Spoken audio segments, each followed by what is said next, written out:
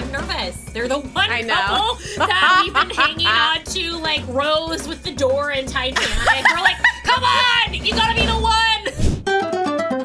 Hello, everyone. Welcome back to And Just Like Yap. I am Andy. I'm Caroline. We are on episodes 10 and 11 of Love is Blind, Season 9, Denver. I have never been so simultaneously, like, bored and horrified. Yeah, I mean, that's, like, maybe also an accurate description of dating in the U.S. in this current state of mind, I think, in general. I feel like myself checking out during a lot of their conversations because everything, it's like, I can't find the through line for any of their logic. I think the experiment has failed. I think we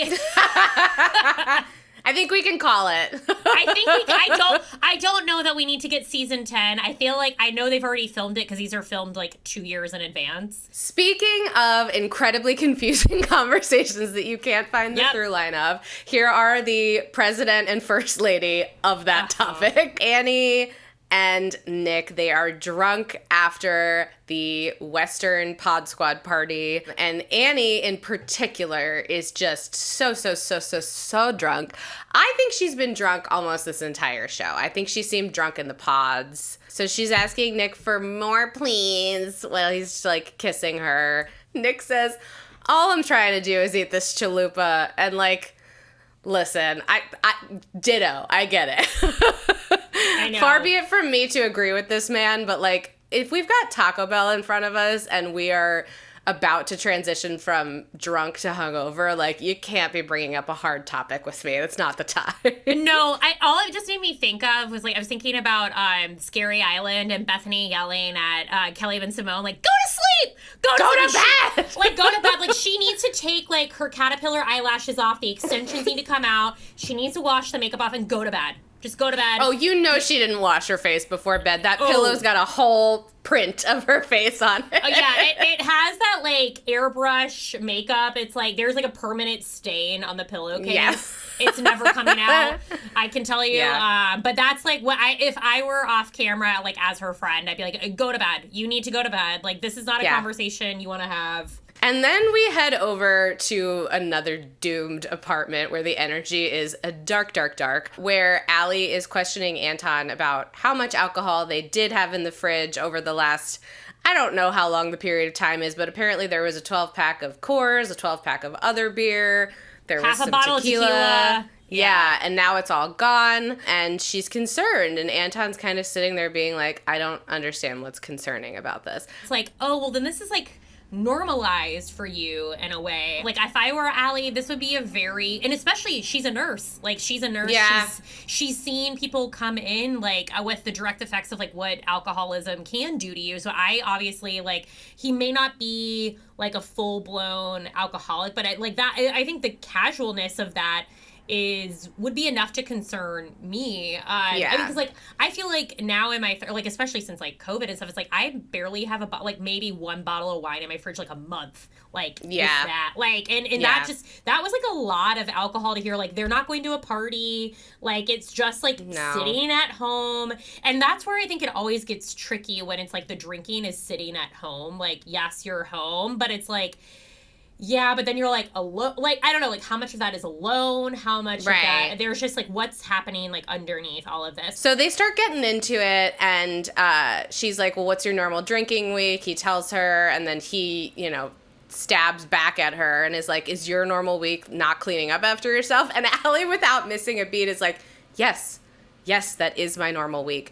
I have to say I kind of love Allie for this. Like, I know it's not good roommate behavior, but, like, she clearly has a crazy schedule working nights as a nurse. I appreciate her being honest and being like, I don't fucking have time to clean up after myself right now. She's cleaning up after sick people all night when she's at work. And if you're watching The Pit, if you're part of Pit Nation, you know all about that. Yeah, and she does, like, say to him, like, you're just being defensive instead of being honest. I mean, the thing is, he was being really cagey during this interaction. He was like, I don't know where the beers went. You had some of the beers. Patrick had some of the beers. And she was like, Patrick was here. And at first he's like, yeah. And then he's like, no, I brought them downstairs to him, when he realizes that she's upset about like someone coming into their space. He was just being kind of like vague and unclear. And then this was the part where she's like, where is that half bottle of tequila? Is it still in the fridge? And this was so fake to me when he was like, I don't know. Let me check. You know. You already took the bottle to the recycling chute. Like, you know, but you feigned, you were like, oh, I don't know. Let me like walk over to the fridge and see. This was so fake. Yeah.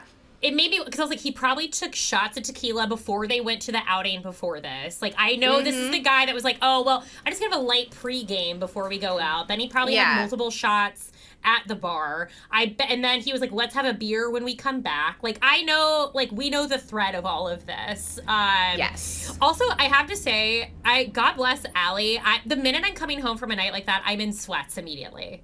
Like, I'm not still in the, like, corset dress. Like, I need, get me in my, like, comfy clothes. Unfortunately, I'm not saying he's, like, a pathological liar, but when you start lying about stuff like this, it signals to your brain and your nervous system that it's okay to lie about certain things so that you can avoid having an argument. And that's a slippery slope. And I also feel like we are getting the undertones with, like, how he views certain things with Allie. It's, like, it's very clear that he likes a certain gender role, which is, like, an overarching theme, I think, like, of Love is Blind in general. There's a lot of discussion about, like, what roles, traditional roles that they play. I think maybe he acts like it's fine, but I think there's a bit of him, like, at his, like, core nature, he can't handle that she's probably the breadwinner, and the fact that he would need to do more at home. I think he would like it to be the other way around. Yes, for sure. And we'll get into more of that when we meet their respective moms. Then we head to meeting Jordan's sweet mother, and they're talking about how Jordan is decidedly not a foodie. Megan's like, I'm a foodie, and Jordan's still doing these chicken smoothies. And I just love that his mom's reaction right away is, oh, are you still doing that? I know. What are their names? Kip and Zan? Yeah, Kip and Zan. I know. I love those names. I love those. Kip and Zan. I know. They're a good time. I'm going over to their house, like, on Halloween. They're like, come on over. You know, we're giving out candy, but also we got a punch bowl in the back. There's a bunch of apps. We're having a good time. Oh, yeah. You know Kip and Zan's is a real party, for sure. 100%. And then we get this moment, which I can't tell if this is, like, foreshadowing or just they just toss this in. They're saying, like, it would have to take something very catastrophic in order for them to not get married. And we have already seen previews of, like, Jordan crying that I don't think we have seen yet. So this to me felt like a little tease of things to come, which makes me a little nervous for these two. Yeah, it made me nervous. I think it's just because at this point, especially during this dinner, it just felt like they were so aligned. Everything was very compatible. The families felt like they were meshing well, and it seemed like we're built for, like, everything going well. And now I'm nervous because they're the one couple. They're the one couple that we've been hanging on to, like, Rose with the door in Titanic. We're like, come on, you gotta be the one. You gotta be the one. I know. And the cold, icy hand of death is, like, really coming for us. I know. Oh boy. God. Oh, God. All right. These two. Oh, boy. KB and Edmund, now next morning in the cold, hard light of day, trying to address the explosive blow-up that happened at the Western party with the Pod Squad. And good on KB for being like, why does it always have to be me? Why do I always have to be the one to, like, start bringing these things up? Edmund tries to play it off like it was a joke. Which is that he was like, oh, it's so funny that you called Nick perfect because nobody's perfect. Which, like, Edmund, nice fucking try. Not. Yeah. No. You had the cameras on you. Like, it's not It's not going to work, buddy. Yeah. And we find out that what fueled all of this, because it did kind of feel like the fight went from like 0 to 100 really fast. We find out the background was that KB was already fed up with his bullshit. Yeah.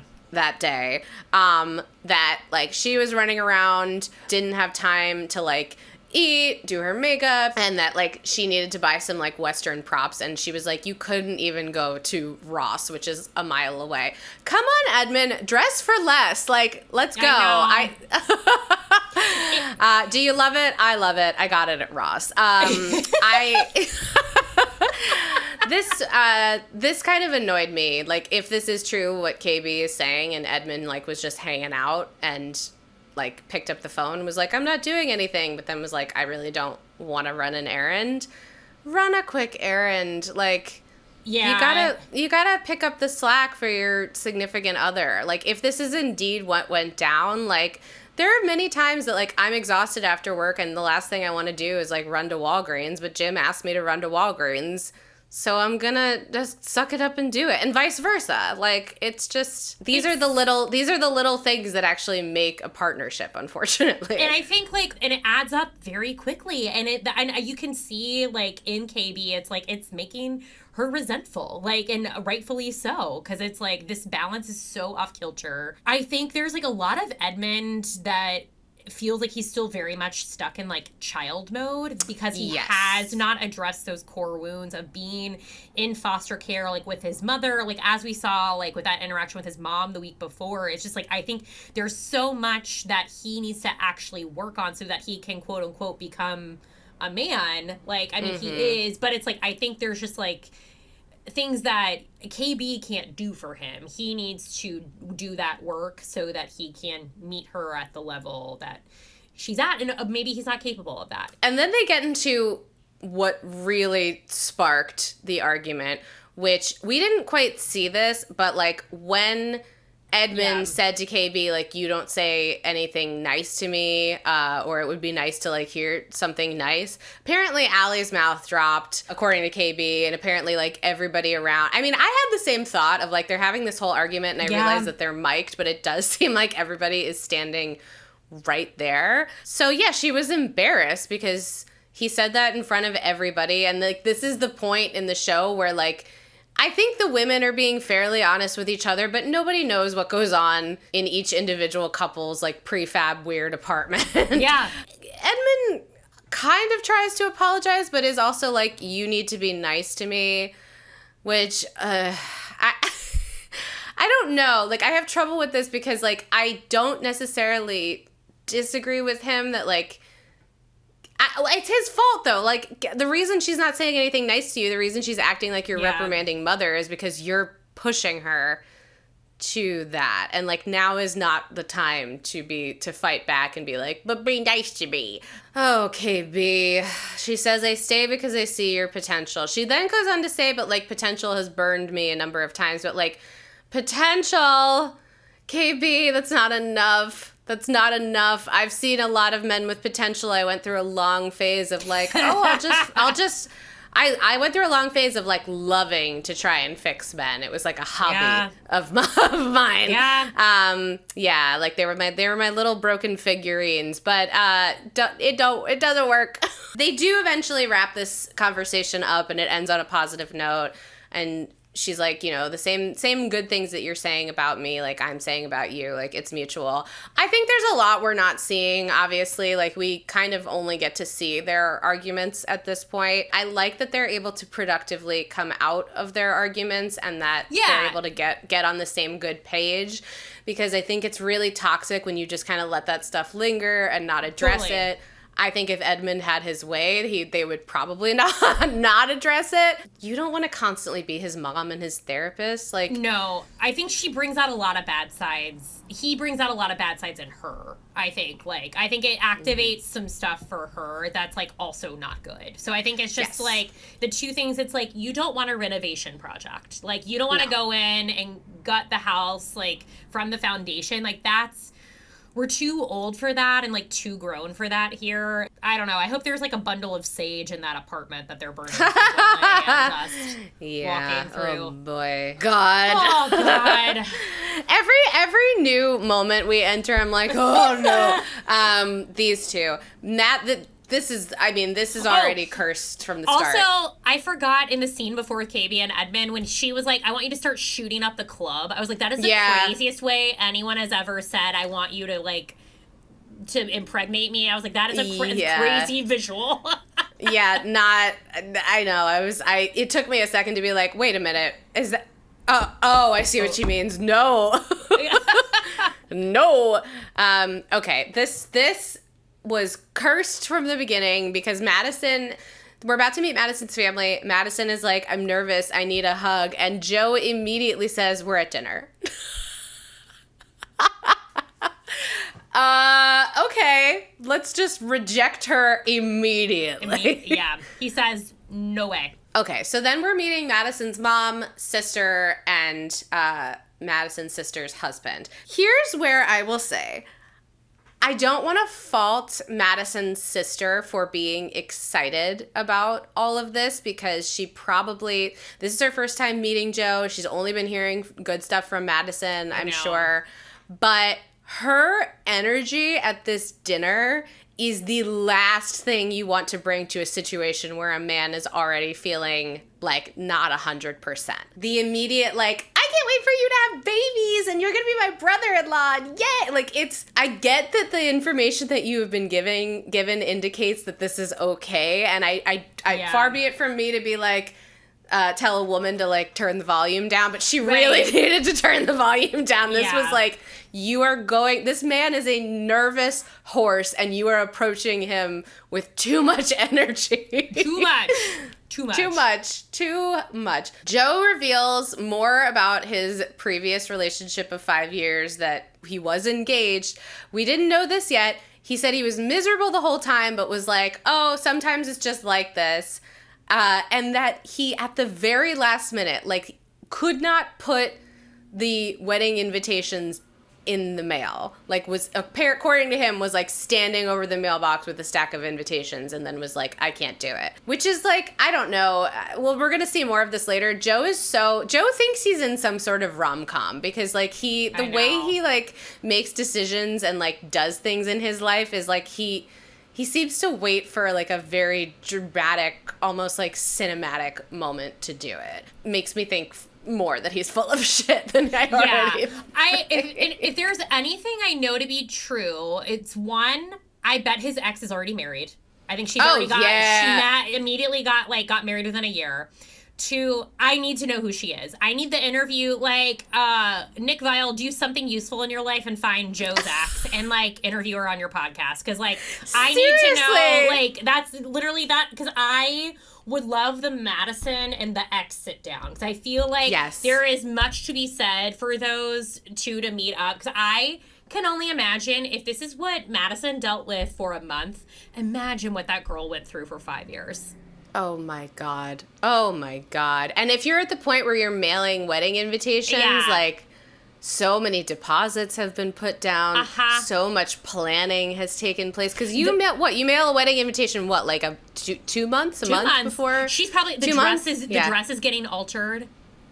Yeah. Like, that's bad. That's real bad. It's really, really bad. If this was information that I didn't previously know, I would be like, okay, let's not put in our entree order. We're going to finish up these apps and get the fuck out of here. 100%. It's truly, like, he truly is the son of Vince Vaughn and, like, Wedding Crashers. Like, this is a man without any, like, a lick of commitment issues. He's got them, like, out the door. I don't know. This man is a menace to society, and he really is. And incredible television, and we love him for that. But yeah,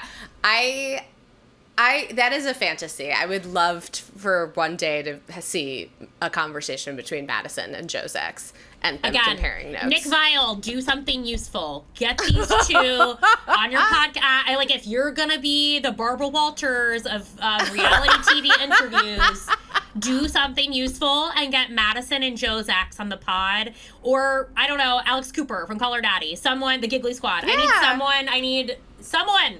Get that. You know what? On. Why not us? Joe's ex, if you're watching. Oh boy. And then we get into more serious territory where Madison's mom is like, you know, I don't know when she's going to lose her vision. And it's like the classic parent thing of like, I'm not always going to be there to protect her. So I need her to be set up with somebody who is going to protect her.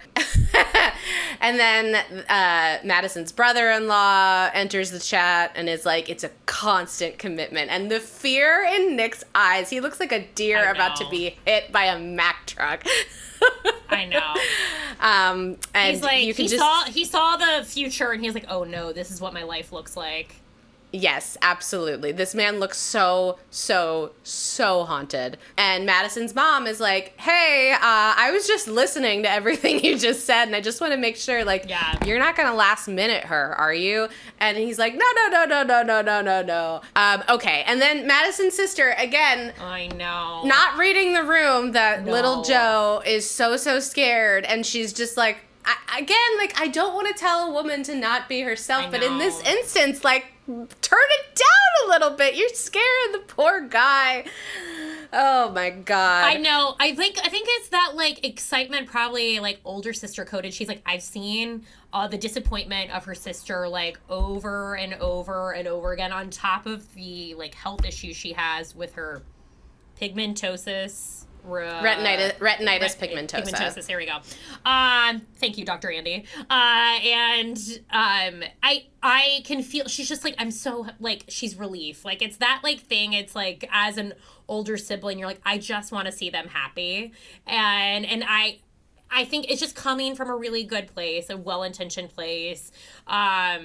But obviously, she doesn't know Joe well enough to know that this man has had one foot out the door the minute he saw her sister. Yes. So it's just... We just get a brief moment, because they didn't film this, which is a good thing, of Megan just being like, I'm getting ready to go meet little Luca, and she's excited. We'll find out more about that later. Allie and Anton have breakfast with Anton's mom, and this was so interesting. We haven't yet met Allie's mom, but we can tell based on this conversation that like Anton's mom and Allie's mom are very, very similar. Yeah. They are like old world, more traditional values. Allie's mentioning that like in Brazil, it would be considered very weird that she's 27 years old and still not married. In Brazil, I think I would be considered some kind of bog witch.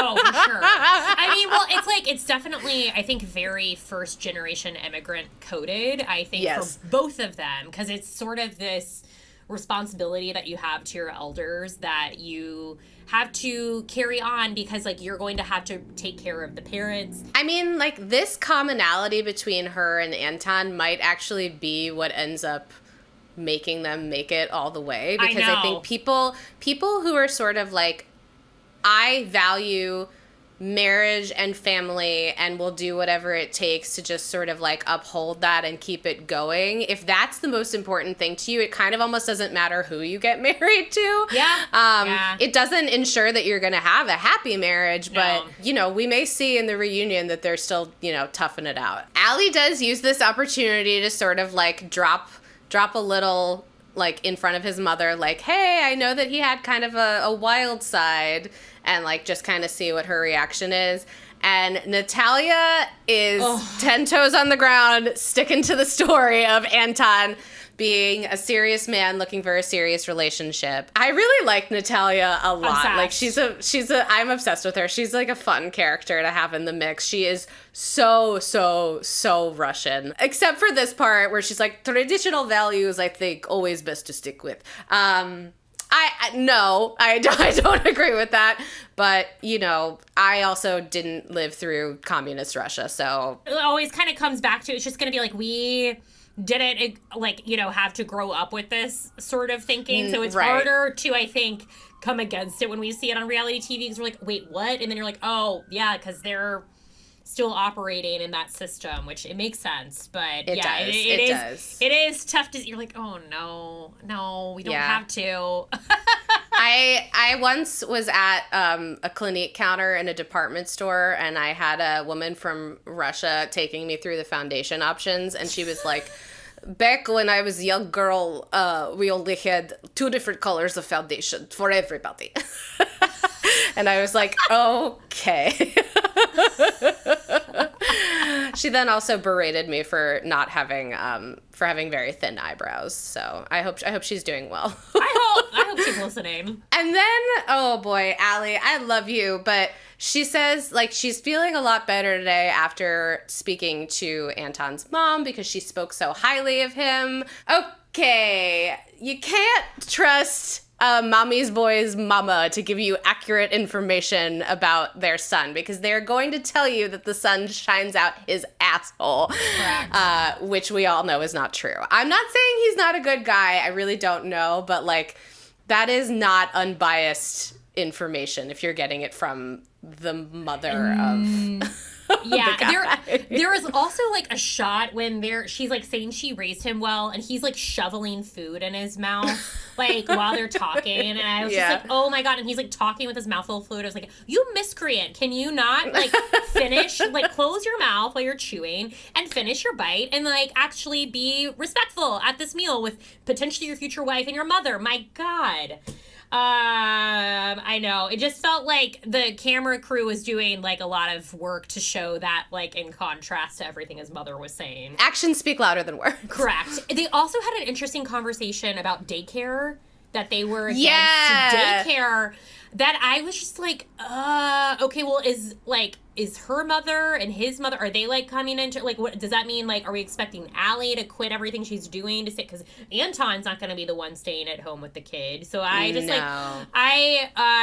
that was like a big alarm for me, this like whole daycare conversation. Okay. This was one of the weirdest, most confusing conversations I have ever seen in reality TV history. We are debriefing with Nick and Annie. Annie's like, I was definitely too drunk after the Pod Squad Western party, and like that's why I was acting so weird. Nick is in this scene, just the energy from him is just so, they're both, it's so weird. Well, and it's confusing because they said they just went to brunch before this. So they've come back from brunch. Also, he's wearing the most insane Lisa Frank top that I have ever seen. I'm like, did you go to drag brunch? Like, not that I'm trying to say anything. It's a very fun top. And I'm like, wow. I know, this is not a shirt you break up with somebody, and you needed to pick a different pick a option. Neutral. If you're gonna end an engagement, pick a neutral. So this was surprising. Nick's like getting to the altar. That's not a happy idea for me. Annie is like, nope, we're getting married. I don't care what you want. And he's like, let me be clearer. The wedding is not something that I want to do. And Annie, this was crazy. I don't know if it's editing. And Annie's like, I don't need you to tell me no right now. And then she like clarifies that with like, just like, I don't need you to tell me yes right now. So like Annie's like, shush. We're not making this decision right now. We are getting to the wedding. I want to still be on TV. I want to get my full paycheck. Oh, I was just going to say the entire time, I was like, you know who you wouldn't have to have this conversation with? Brendan. That man was ready to go to the altar for you. He was ready to move, you know, wind and ocean, like, for you. Like, that, and it just, baby. And he still was after meeting you. I know. He still was after meeting you, and after, like, Jordan tried to be like, hey, Annie's crazy. Like, you're fine. To quote Adele, you could have had it all, rolling in the deep. Like, you sent me this video, which I had already seen. Somebody was analyzing this and saying they don't think that Nick has been having sex with Annie this whole time. And I actually don't think, even in Baja when we were talking about this, I don't think that they actually said whether or not they had been. That could be what is not being said in all of these weird, confusing conversations when Annie's like, I just don't think you feel as strongly about me as I feel about you. That could be code for like, why don't you want to have sex with me? Now that we've met his mom and met his family, there's this sense of like, I think I want to do these things to make my mom happy, but am I making myself happy? No. And in the process, there is, you know, debris, destruction, like in his wake. And it's just, you know, I could see that this pattern is going to continue, or he's just going to be alone.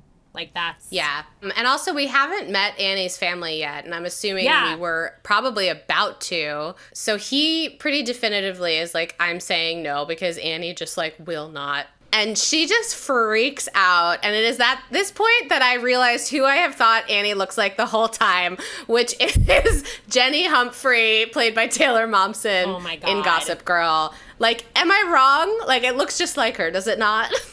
I do see it. I do. Yeah, it's very similar. Yeah, very similar. Not that's neither here nor there, but yeah, Annie's losing her mind. Nick is like, I'm just fed up. I'm so sick of having the same conversation where you put words in my mouth. I mean, fair. Like, these two suck together. Like, they've sucked together since the beginning. They didn't make sense in the pods. Okay, you asked me to take this screenshot of the phone, and this is so weird. But yeah, whoever she's talking to, she's saying, hi, 90% sure no wedding. They ask why, and she said, I'll call you later. And she said, currently filming, and then answers why with Nick won't do. We don't see the rest of it. I know. But how did you feel about what was on this phone? Man, I just thought that was a wild thing to be texting while filming. I don't like that the minute that these couples break up, we see nothing else. We don't see the fallout. It's like you've been snuffed out like on Survivor. We don't see anything else. And it's like, actually, I want to see more of that. I want to see like what happened afterwards. Oh my God. Like, yeah. If you think somebody is toxic while you're dating them and while you're breaking up with them, oh my God, it gets so much worse after the fact. Like, and the fact that, like, we haven't seen Casey at all since the, like, hotel. I'm just, like, there's just a lot that I'm, like, and it's tough that then we only hear more at the reunion, because the reunion is the worst place to see that stuff, because it's, like, Nick and Vanessa cannot host a reunion to save their lives. They are not Andy Cohen. No, they're not. So we're not getting anything useful out of that. So, yeah, Nick caps this off. The reason I am not willing to marry you is because I'm unhappy. This man is like, I don't know how many different ways I can spell it out for you. Like, how harsh do you want me to, like, how way harsh tied do you need me to be before you, like, give this up? And then Annie in the post-interview finally starts crying, finally gets to that emotional place, snaps out of her denial, and is like, I hope that everything wasn't fake. I am wondering if the other girls like Annie. I think the fact that, like, it's clear that everybody in the cast hates Nick is putting some distance between her and the women. And then we get to the Elizabeth James bridal, hey, na, parent. Parent Trap montage. They don't seem that upset that Annie's not there. They're kind of just like, oh yeah, it's a bummer. They're like reaffirming that they don't like Nick. So like, I just don't think she was that close with the other girls. Vanessa and Nick are back. Outfit? What is she wearing? This is like what Britney Spears rejected when she and Justin Timberlake did that denim outfit at the VMAs. Yeah, and we hear that, like, the meeting with Luca went well. He's the most polite little 5-year-old, cuddly and fun. They're having a good time. They're vibing. This was a little bit, like, intense that she was like, if anyone's going to step into the role as a stepmom, like, I'm the one to do it. And she starts crying. I saw somebody on the internet, somebody on social media was like, I'm really tired of Megan thinking that Luca is her dad reincarnated. Yeah. Which I was like, ooh, that is actually a little bit weird. I also just, like, I kind of want to hear from Luca's mom about how she feels about, like, Megan on camera being like, I'm ready to, like, step into the role of his stepmom. Because sometimes the way she says it, like, seems to indicate that he's, like, desperate to have a stepmom. And it's like, I think he has, like, a really, I don't know, it's complicated, obviously, but just the way that she says these things feels very loaded sometimes. And I'm like, I want somebody to be like, hey, like, Luca's mom's also awesome and does a great job raising him. And yes, Megan will be his stepmother, but it's not like she's, like, desperately needed. Like, they know how to take care of him. Then we cut to Jordan. Very good sign for these two. Also, Cody was hot. His friend, I was looking. Yeah. I was like, Cody's hot. I have a note on a few of the hot guy friends, so Cody was hot. Thank you for picking up the slack, because I did not make a note of that, and this is why we are yin and yang. Oh my God, this made me laugh so hard.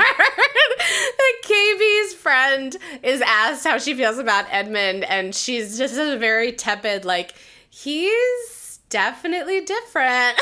Yep. Yeah, so I don't know. That to me was like, ooh, I don't think we're gonna get married. But now we see Jordan is saying, I'm 100%, 110% committed.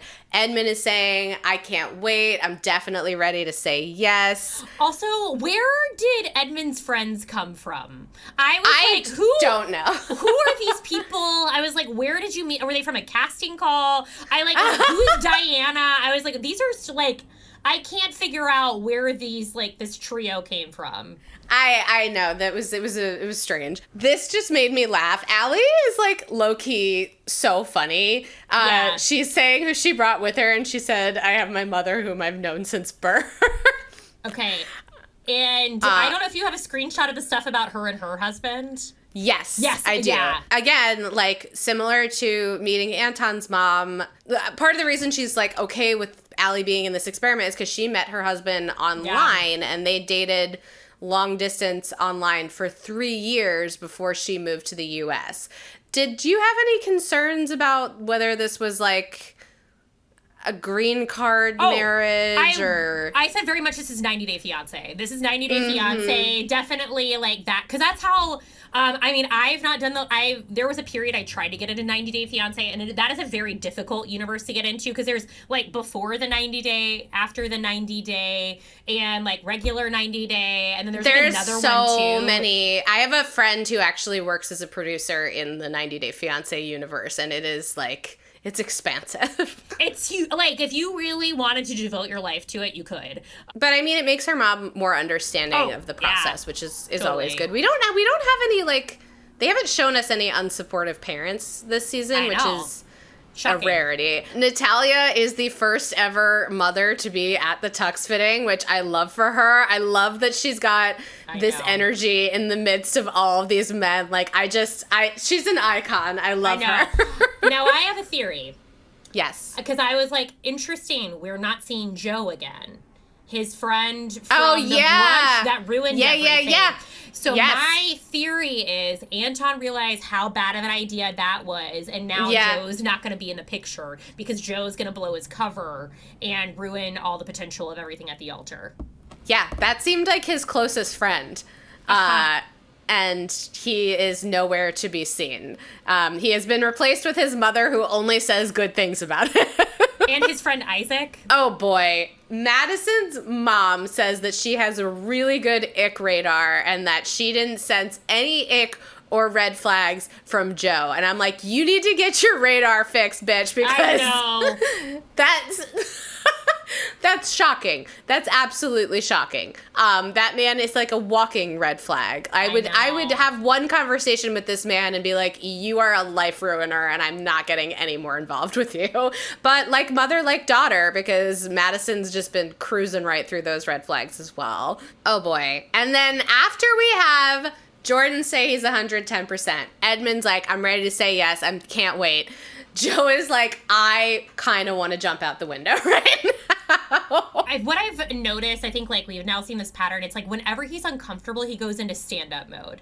Oh, my God. Yes. Yeah, it's like he immediately, it's like joke. Because this man can't actually talk about his feelings, which we're going to see more very, very soon. But it's like very fascinating to see this, like, switch turn on with him. It's like, oh, the minute, like, any of his feelings are questioned or he feels uncomfortable, it's like joke. And it's, like, kind of, like, an interesting case study to watch. Yes, which is why this man now has a podcast that he is hosting. So beware of Joe. And Nick Lachey will not get his foot off Joe's neck and is like, can you please be more specific about what you're feeling hesitant about? And after being questioned even a tiny bit by Nick Lachey, Joe is like, holy shit, I thought this was just a tux fitting today. Fully turns into Rodney Dangerfield. Like, holy shit, I get no respect in the tux fitting. I thought I was just getting my measurements taken. Oy, what the? So anyway, here's my shitty PowerPoint so art. Funny.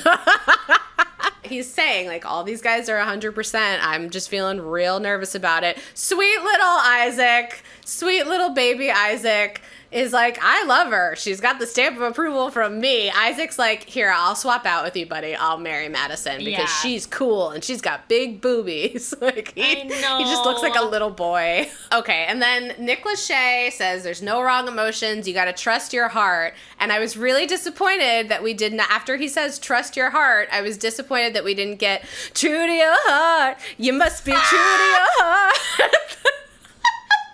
He literally says be true to your heart. I mean, it's time.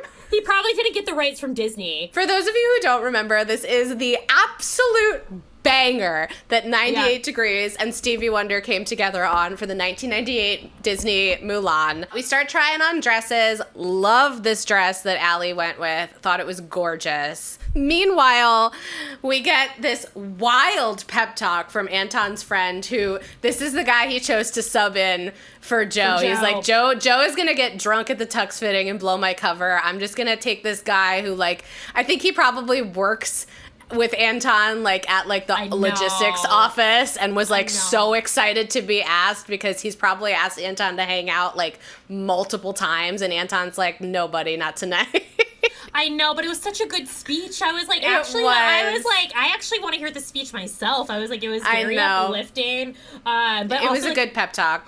But you could feel like both. I feel like Anton's mom and Allie's mom are gonna get along like gangbusters. So well. And you can feel Anton's mom is just like ready for like a baby to slide out. That woman is like ready to be a grandmother. Yes. And everything that's coming out of this man's mouth, Natalia's like, exactly. Yes. Yeah. Exactly. I agree.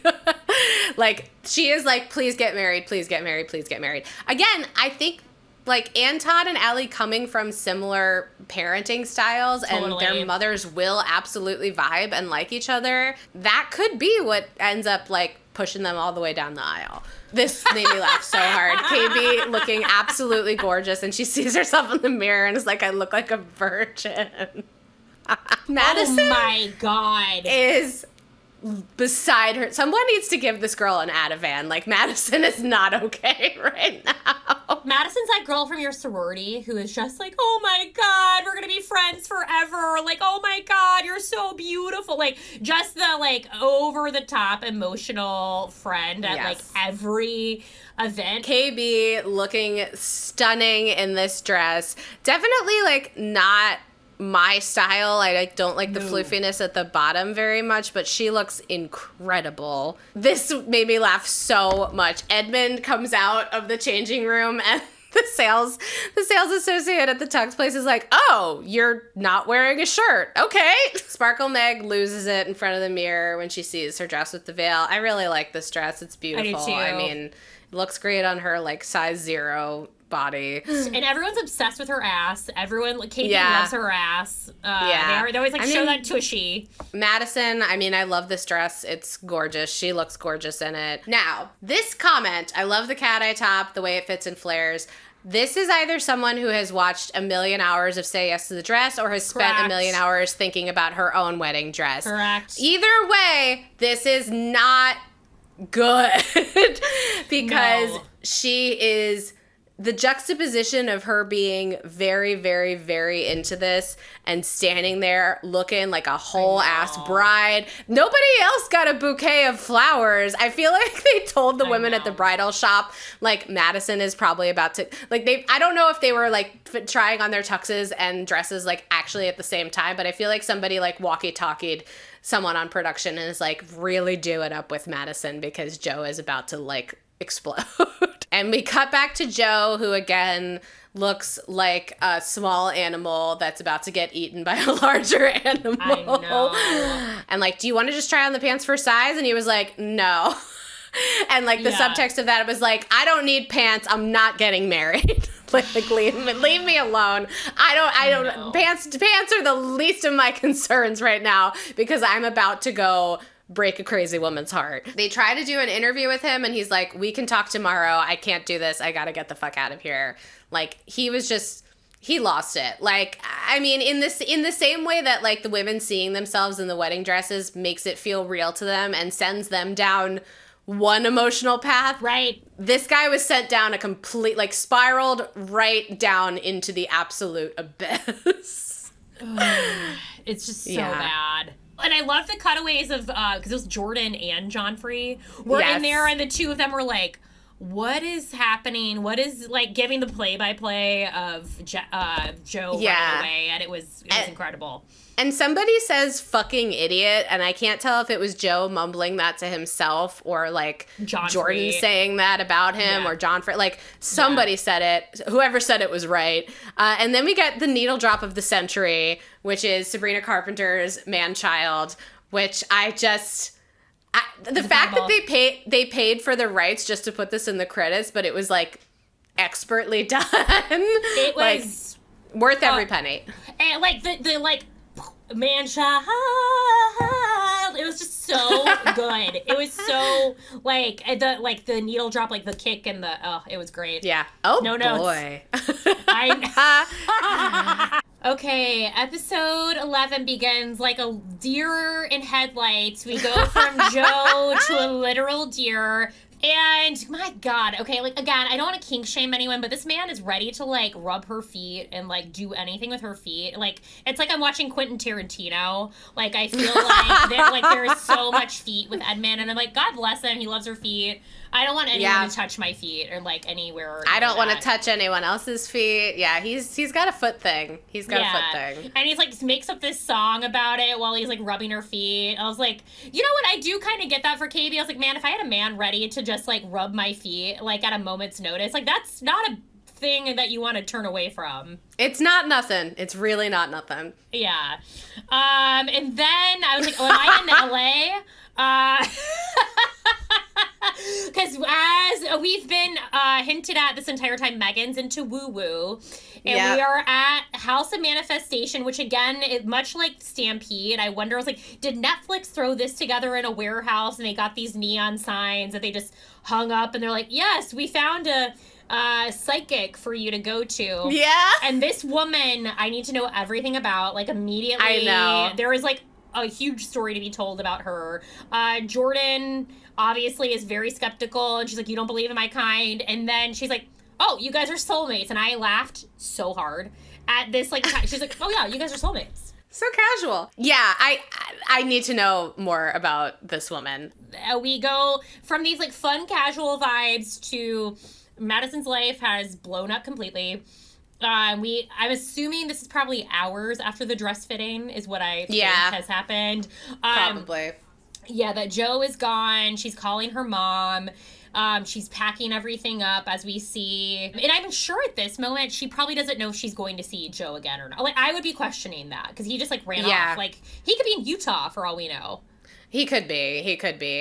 He's probably standing outside of his ex's apartment that she lives in with her new husband, crying. I like, just like, what did I do? How did I get here? And Joe comes in. Because production forced him to. Because they said, you can't get any kind of a check if you don't come up and finish your breakup. You got to talk to Madison. You can't just ghost someone you're engaged to. And we get this confessional where we find out that Joe told Madison he was just like, you're not my person. And okay, Joe knew this. Joe knew this. And he let her go wedding dress shopping. And that's my, like, I just got her hopes. Like, it's just one of those things, like, as we sort of said in our short video, it's like, don't let her if you know that, don't let her try on the wedding dress. Because that already is, like, letting her lean. One thing to, like, propose, fine, but, like, don't let her try on the wedding dress, because she's leaning into, like, that's something that this one in particular, Madison, as we discussed, like, in the previous scene, she's thought about this. She has her Pinterest page. Like, this is something she spent her entire life thinking about, and now you've ruined this moment for her in memory. Yeah. I feel like when Madison, if she has been watching this back as it's airing, it will be very, very obvious to her that, like, Joe, I think, like, the minute that he met her outside of the pods was not feeling it. And it's evil also to the viewers because, like, Madison is, like, a small average-sized woman, okay? Like, she's not even, like, again, it doesn't matter what size her body is, but, like, this is why women have issues with their bodies and their self-image and food and eating, because still in the year of our Lord, 2025, I mean, Ozempic has just fucked any progress we made up with body positivity, obviously. Yeah. But it's like, we're watching this show and we're watching a man, like, see a beautiful woman that he fell in love with and immediately have his feelings about her, like, completely change, and then say he's used to dating thinner women. And meanwhile, we see her, like, she's probably been, like, starving herself before the wedding. Like, I have to imagine it's fucked, and I hate it, and I'm angry at Joe about it. And, like, I just hope people watching don't take away from this that, like, Madison is not a gorgeous person, because she is. I know. She's a little crazy, but she's gorgeous. Oh, yeah. Like, I think of that scene in Center Stage when Emily leaves, because, like, they're yelling at her about her body. Her mom is like, "You're all beautiful. I want you to know you're all beautiful." And it's just, like, I hope that that's, like, what her mom is saying off screen. And so we finally get the two of them sitting on the couch talking, and she's like I said, why did you let me go to do the wedding stuff? Because at least, okay, Nick is bad, but at least he didn't let Annie go wedding dress shopping. Correct.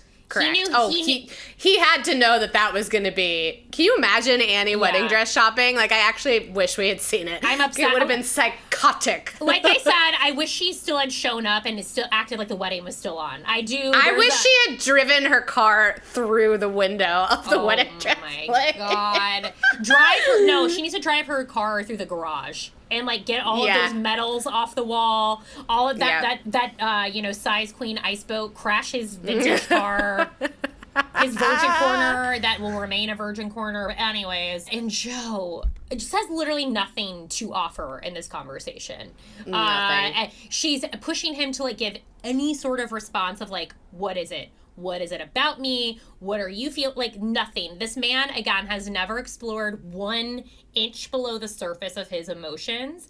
And all he can say over and over is, like, I don't have any answers, which is, like, I'm sorry, if you're calling off an engagement, you need to have answers. Like, this is, like, not a time for you to not have answers, you know? I'm sorry. It's not. I mean, like, I get that you could just feel that it's not right, but...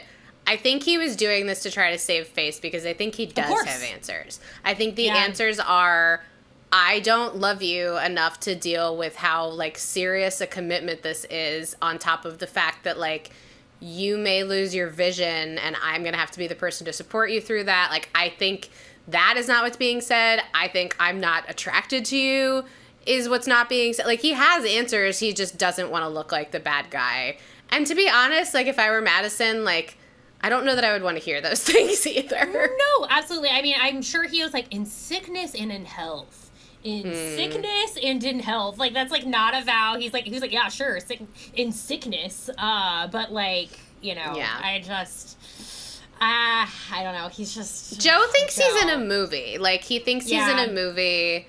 The way that he waited till the last minute with this, and he told us he waited till he was standing in front of the mailbox. It's like... Can't you behave like a normal person? Like, no. He thinks he is the star of a rom-com. And let me tell you something, that's going straight to Blu-ray and straight into the $1 bin at the thrift store. I know, like, I need, like, the big men at the dinner to, like, give him a real talk from his family. To be like, Joe, like, you need to man up. You need to grow up and, like, actually take accountability for this. Otherwise, this is going to be, I'm sure... it's been 2 years. Maybe this has already happened again since filming. Like, you know, it could have a menace to someone else in the state of Colorado. And if I can influence any of our viewers to do anything, it would be do not support this man's podcast. He doesn't need to be making any more money off of this. No, block it if you can, and just double subscribe to ours. Yes. And she asks him, because she mentions that, again, this is why, like, I think we're missing so much when they don't show these. He's like, we saw the singles the night before, and you started reacting after, is there somebody else you want to explore things with? I was like, okay, well, what singles? Who are the other people from the pods? Like, who did they run into? Again, production, we need to be, like, this is important, necessary information that, as viewers, we need to see. I mean, the only other person that I think Joe might be interested in is Jordan. Like, they kind of need to kiss, in my opinion. You're not wrong. And they might be kissing by the end of this season. Who's to say? And, of course, like, her reaction, she's like, I can't believe the things coming out of this man's mouth. Like, she really talked herself into saying, like, this is the man of my dreams, and that she could really, like, lean into that. And he starts... And then he goes down this spiral about where he's like, it felt good to, like, hug you and kiss you and cuddle. Like, all of these physical things. Like, he loved... It's like, of course, yeah, you love having sex with her. You, like, now you're like, I love having sex with you, but, like, all the other parts of it, I can't handle. Correct. I just wanted to throw something at my TV while this was happening. And then she, like, calls him out. She's like, I just can tell, like, the marriage stuff is really freaking you out. And he's just so, it's like there's like a mask like on the entire time. She's like, do you even care? Because like she's sitting there and he's just sitting there watching it. Like he's not even trying to comfort her. And it's taking us back to the fight in Mexico and Baja. Yes. Like when he can't get out of bed. Fight. Yeah. And it's like, I mean, I'm glad Madison is like seeing him for who he really is, but it just sucks that like another man is ruining her, I hate myself for this, but like Madison does give me the ick when she gets fired up crying and trying to make Joe pay attention to her. Like, I know she's genuinely very upset, but it was kind of the same thing in Mexico where she like cries nearby him where he can hear it. She keeps being like, I'm dying, I'm crying, and she's continuing to cry while he's packing. Like, I don't know. I want her to get angry instead of trying to provoke him to love her by crying, because like it's clearly not working. It's probably making him like you even less. Not that matters anymore, but like get angry. Throw something at him, please. I know. I think he activates the worst parts of her. And Joe is, he feels relieved. I bet you do, Joe. I bet you fucking do. I bet you fucking do. I want to emphasize you could have felt this relief much sooner if you hadn't been a stupid little bitch. Correct. You could have ended this in Baja. We could have ended this weeks ago. But you had to keep dragging this on because you wanted to look good to everyone else, and ultimately you're just going to look like the villain.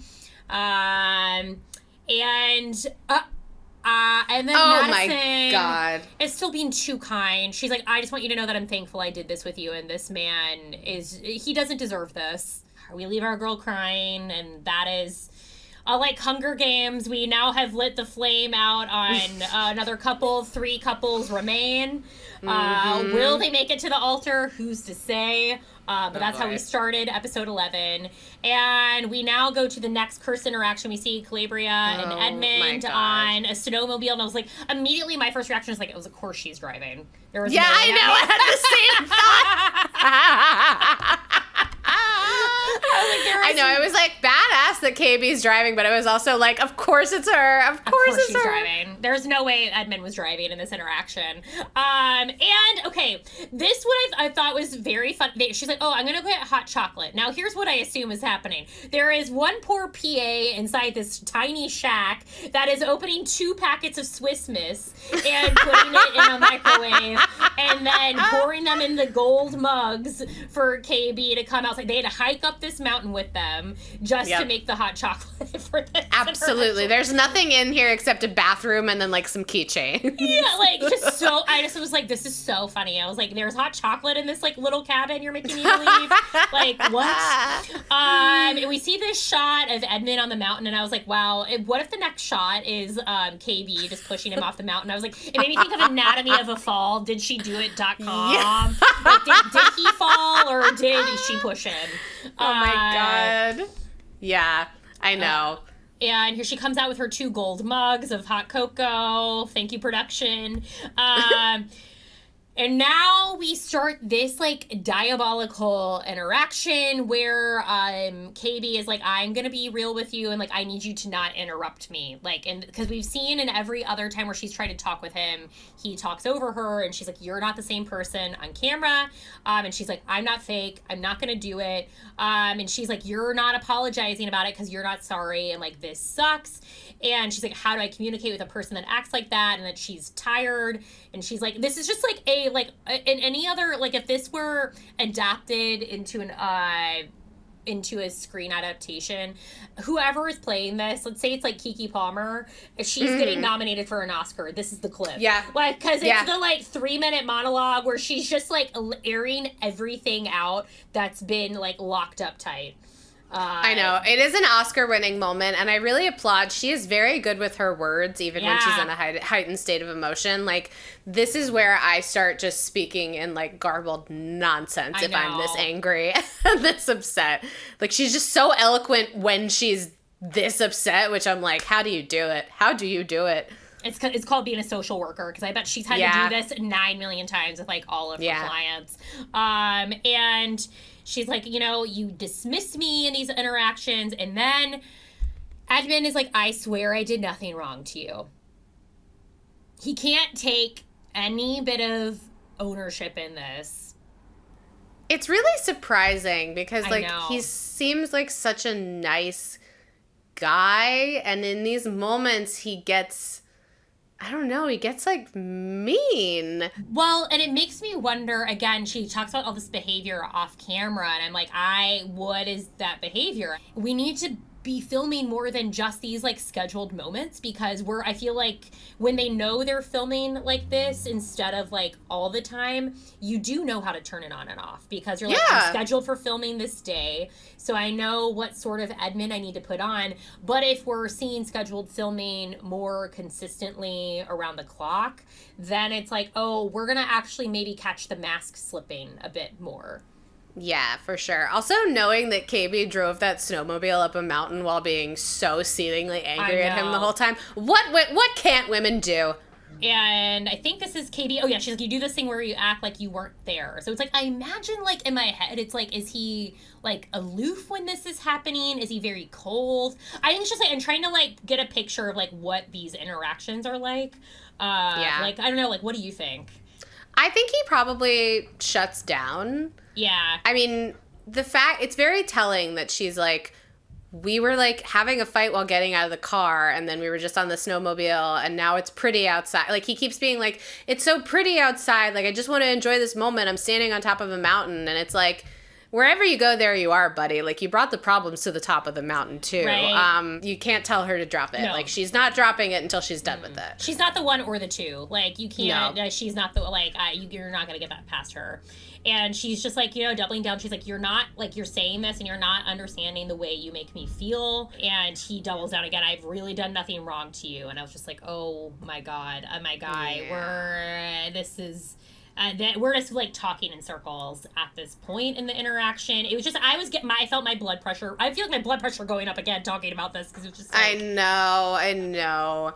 Because it's hard to tell, like, is he not being accountable because he really doesn't think he did anything wrong? Or is he not being accountable because he doesn't want to look bad on camera and admit that he did something wrong? But yeah, this was hard to watch. So we are back at Allie and Anton's. Okay, I just kind of kept this in because, again, my foot is still on Anton's neck, and they were like, I don't know where he is. It's noon and he hasn't arrived. And, of course, I'm like, is that motherfucker drinking somewhere? Where is he? What is he doing? Don't be late to meet her mother. I know. Were you at the strip club with Joe? Are you fighting with Joe off camera? And we find out that Allie has a sister that she was very close with. It sounds like she was an older sister. Yeah. And she asks her mom, like, while Anton isn't there, like, she said she wasn't going to support me. It's just, like, ultimately this sad conversation, because she is like, she doesn't trust this either. Like, where we're at with this entire relationship. Yeah, I mean, this happens every season, and like every iteration of this type of dating show, you have family members that don't get it, are not supportive, and like you can't really fault them because it's a very weird, untraditional way to find somebody. Also, in order for them to fully be supportive, they have to agree to be on camera, which, you know, like, they might have heard from you, like, you're gonna, like, try this out, but they weren't expecting 3 weeks later to have to, like, put a microphone on and be in front of a camera. So you can't really fault people for not being supportive, but you do sort of wish in the moment of, like, can't you just do this for your family member, even if it's a huge mistake? So Anton shows, they hug each other, and her mom is, like, really, like, intent on, like, giving all of this advice to the two of them, like, and this is where, okay, I've been her mom's number one fan this entire time. I love her.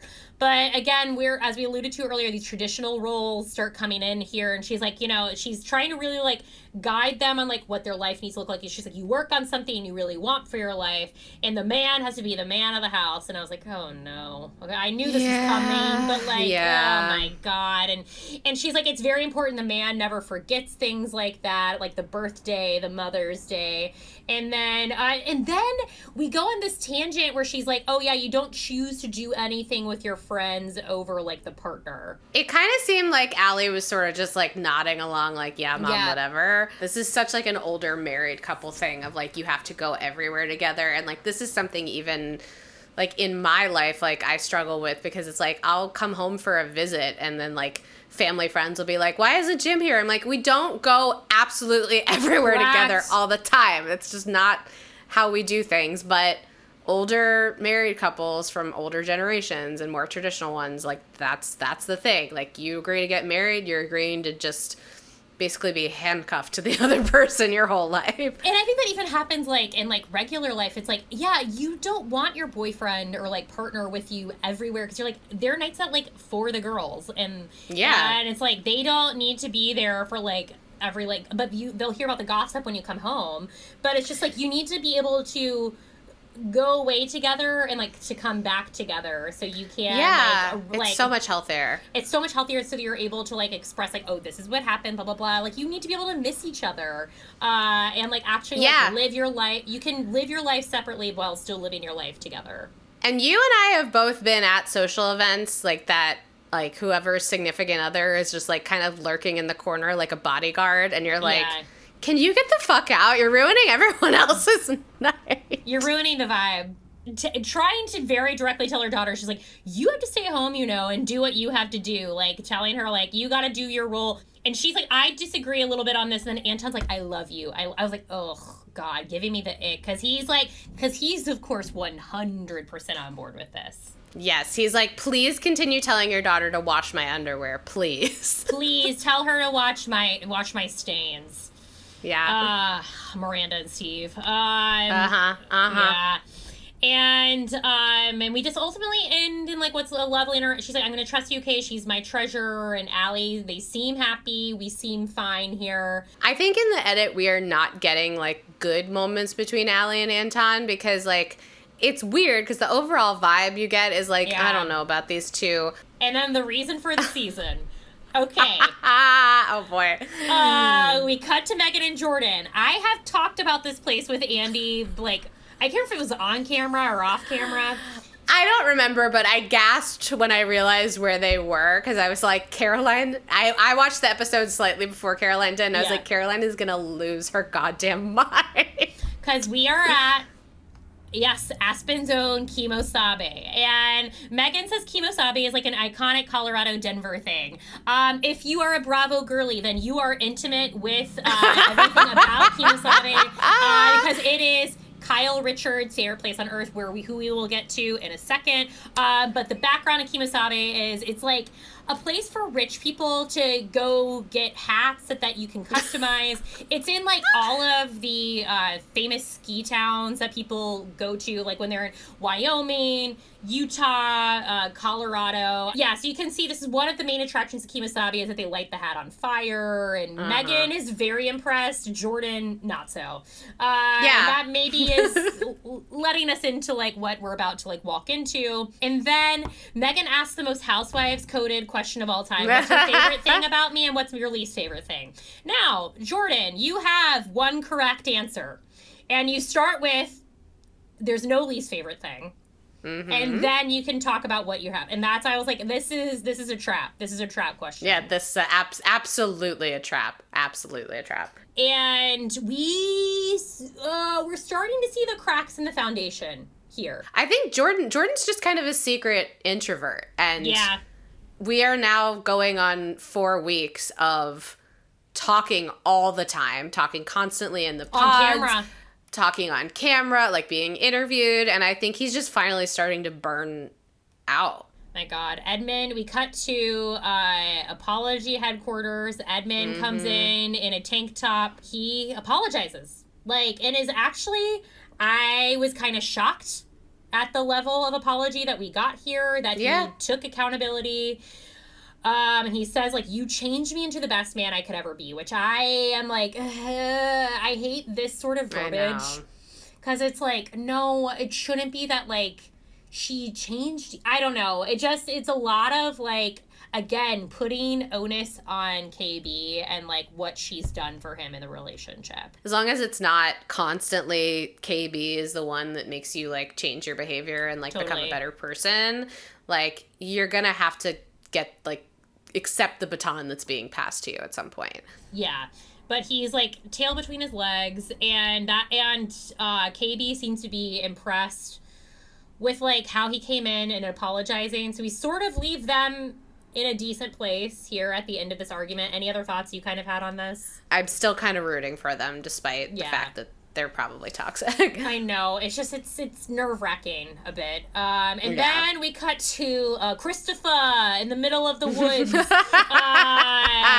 Somehow he's like in 12 inches of snow doing a confessional with, like, not another body to be seen for miles. He's like, my number one on day one, and now we're out here in this sleigh. Like, it's just...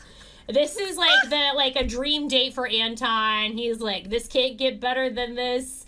And he's like, I think I've done better. And Allie's like, you know, is there a heart? And he's like, damn, I have a heart. It's there. Like, Allie is, like, not afraid to just, like, cut him, like, get him where it hurts whenever she needs to. I really like her for that. I know. I really like her for that. It's very important. And then we see this, I got this, like, insane shot of the woman that's been forced to, like, take them around on the sleigh. And she's, like, having to look ahead and be like, okay, I'm going to pretend like none of this is happening, off to the side. And... Yeah. The horse. Oh, that horse has no idea it's on reality television. I know. Ruby, our girl, she's, like, you know, she's been the bearer of, like, so much. My God. Like, let her run free. But she's been forced to take this, like, couple that probably shouldn't be together around the woods of Colorado. I mean, probably not the first and won't be the last toxic couple that Ruby's had to tote around. She's got she got the weight of the world. She probably did it for, like, a bachelor couple first, and now Love is Blind is hiring them, and then the circle of dating shows continues. And then we cut to them at this fire. Now, I was like, what are they? They're just sitting by the fire. There's not marshmallows. There's nothing to do. Like, there's just, like, no, they're just, like, at a fire. And he's like, I love your horse impression. I live for your horse impressions. I was like, what are we talking about? We don't then get the horse impression, which is weird. Like, now I'm curious. Now I want to know. Yeah. Is it like a Mr. Ed impersonation? Like, what do we got going on here? What kind of horse are we getting from Allie? And she's like, I feel like we're long lost twins. Like, I feel like he watched that Twin Flame documentary and took all the wrong lessons from it. No. Oh, no. Oh, God. I went down a rabbit hole with the Twin Flame universe. And Allie, again, we see the face that we saw before, where we can see, like, what's actually happening behind her eyes while she's smiling, but there's another story behind it. She's like, do I? Like, actually, is this good? Because then he goes on, he's like, people just give up so easily in relationships now. They're like, it's not perfect. Like, why are we, like, not staying in it? And he's like, how do you define what's meant to be? What's the definition of that? And Allie is like, real talk. She's like, okay, yeah, I guess that's true, but, like, is it, like, are we working on it? Like, is this compromise, or are we, like, working on something that isn't meant to be working? Oh, I was like, that's the eternal question. I feel like the thing about Anton is that he actually seems like a safe option, in that I do really feel at this point, like, he was like, I made my choice and I'm sticking with it. So, like, I think you would maybe feel safe with him. Like, you would have to be the one to leave. Anton is just so secure. He's like, we got this. We got this. Like, this man has, like, he got the pep talk of a lifetime from Jake when they went suit shopping. Like, this man is on top of the world. He thinks he got his lady. Everything is fine. And Allie is trying to bring him down to earth a bit. And then we cut to KB and Edmund at the park, and she's, like, watching him on roller skates. And she's like, oh, boy, this is... she's like seeing the real Edmund. Like she's like seeing him in this like element. And this man, he's like, my best elements are the freaking skates. He loves being on 3 wheels. This man is at his best self. And again, he's kissing her feet. Oh my God. I know. I know. We would like the foot free edit. And then we got KB rolling. They're now skating together, like Barbie and Ken, in the parks of Colorado. They're happy. We're happy, like, you know, they seem to be in a decent place. We're allowing ourselves to enjoy it, and they're having a good time skating. And then, anything on KB and Edmund before we cut to... No, I actually really thought this was cute. I mean, I think, like, whatever...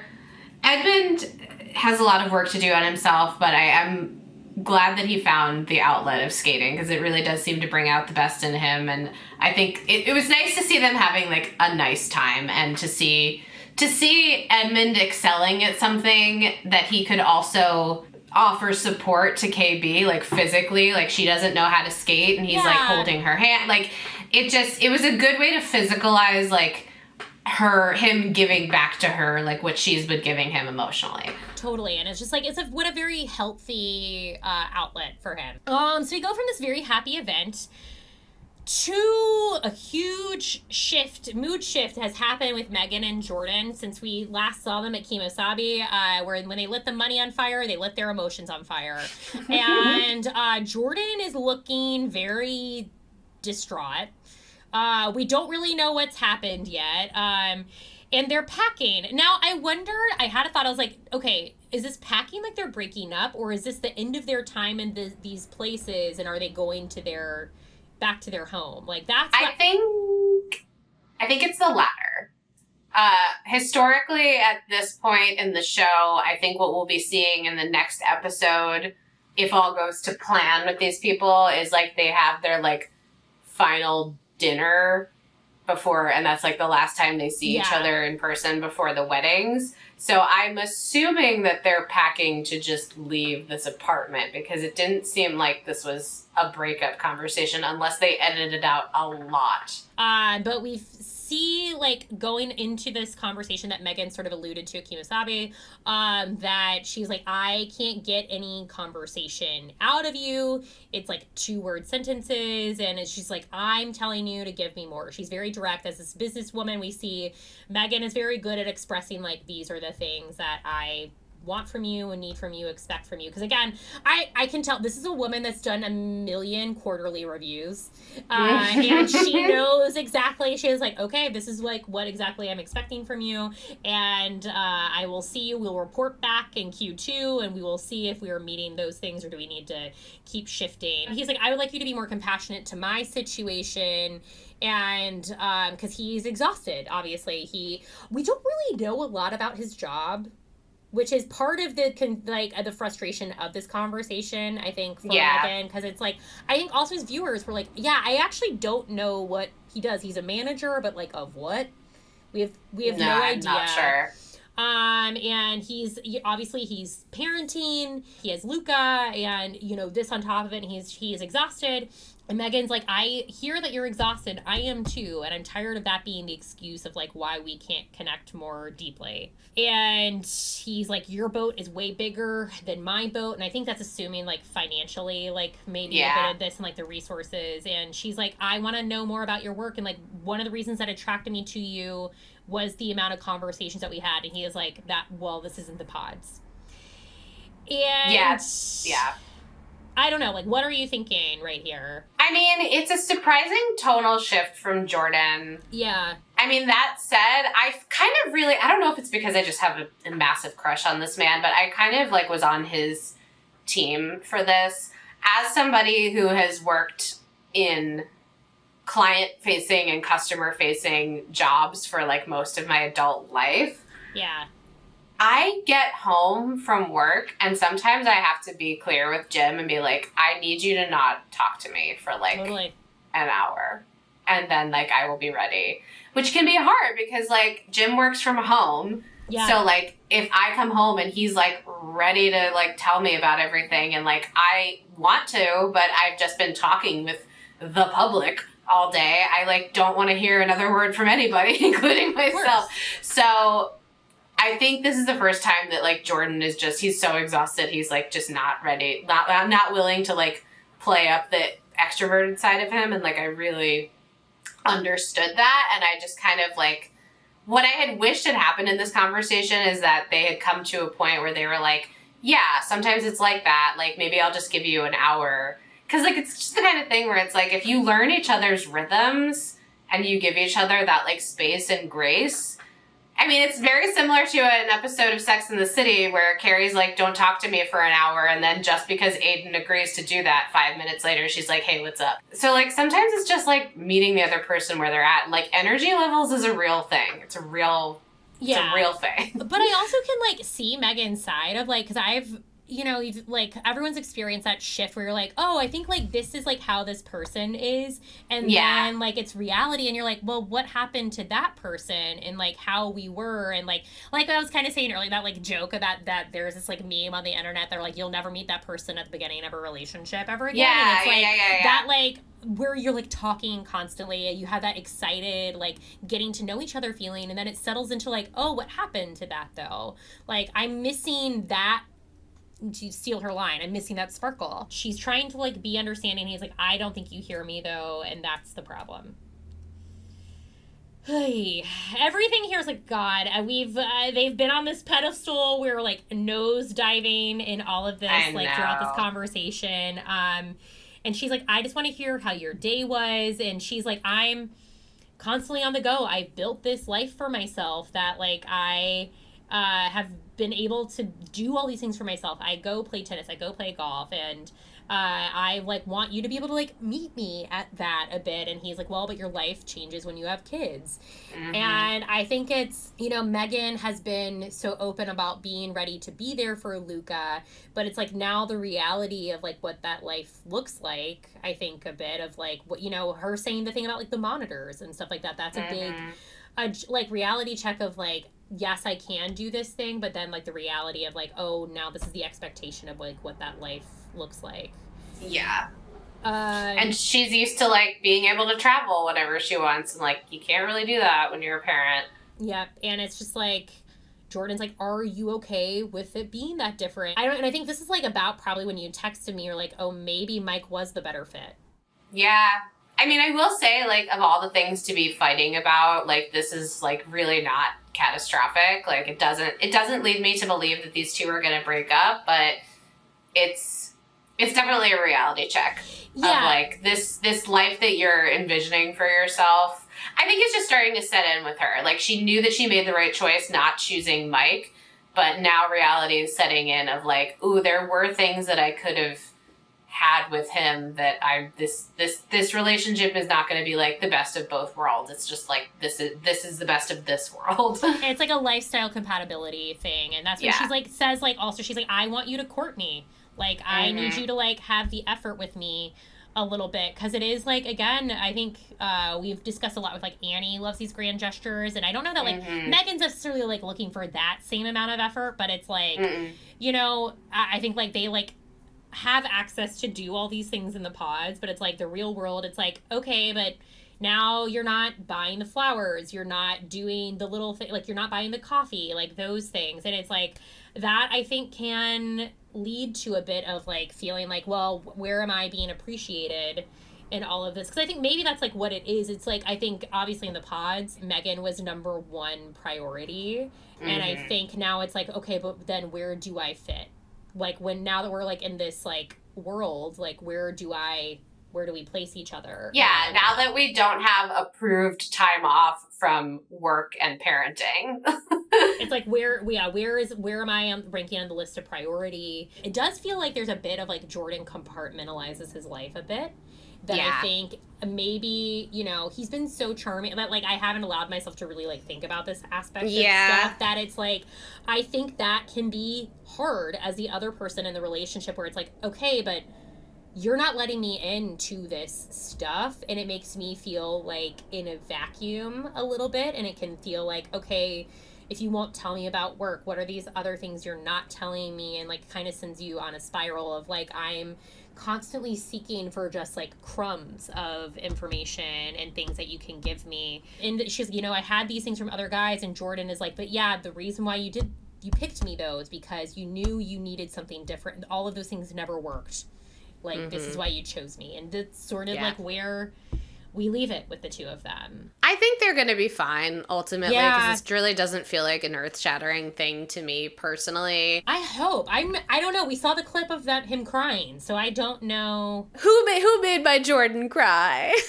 I know. But I feel for Megan a little bit too. Not just, you know, I love Jordan, but I'm like, I empathize with Megan a bit. But that's it for the end of episode 10 and 11. Andy, any other thoughts you have?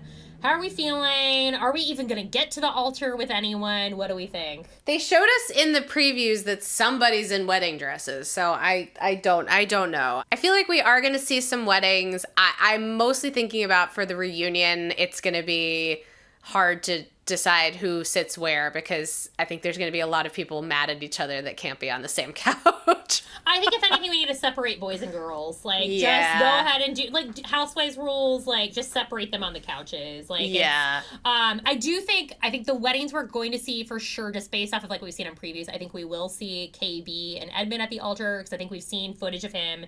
And we saw a champagne pop, which that feels very Anton-coded. So I do think we'll see Anton and Allie. Megan and Jordan are the question mark, I think, right now. I know. Well, the other thing, too, is the show tends to surprise you. Yeah. Like, there have been many, many times watching this show where, like, I'm actually shocked that someone says no at the altar, because I was really, really sure that they were going to say yes. So I'm ready to be shocked. Yeah, we're ready to be shocked, and for the most dramatic weddings ever. Thank you so much for joining us for a recap of episodes 10 and 11. Let us know what you're thinking in the comments. We'd love to hear what you think of just the insanity of everything that has happened, the breakups that we experienced, the high highs and the low lows, and Edmund on roller skates. We saw a lot these 2 episodes. We lived a lot of lives. But thank you so much again for joining us. Remember, we are on Instagram and TikTok and Just Like Yap. And you can subscribe to us on YouTube and watch any of our other shows. But we will see you again. Put on your Sunday best for the weddings next week. They are airing on Wednesday. We'll be getting our recap to you as soon as possible, because I'm sure there will be much to be said. So until then, see you at the altar. Bye. Bye, everybody.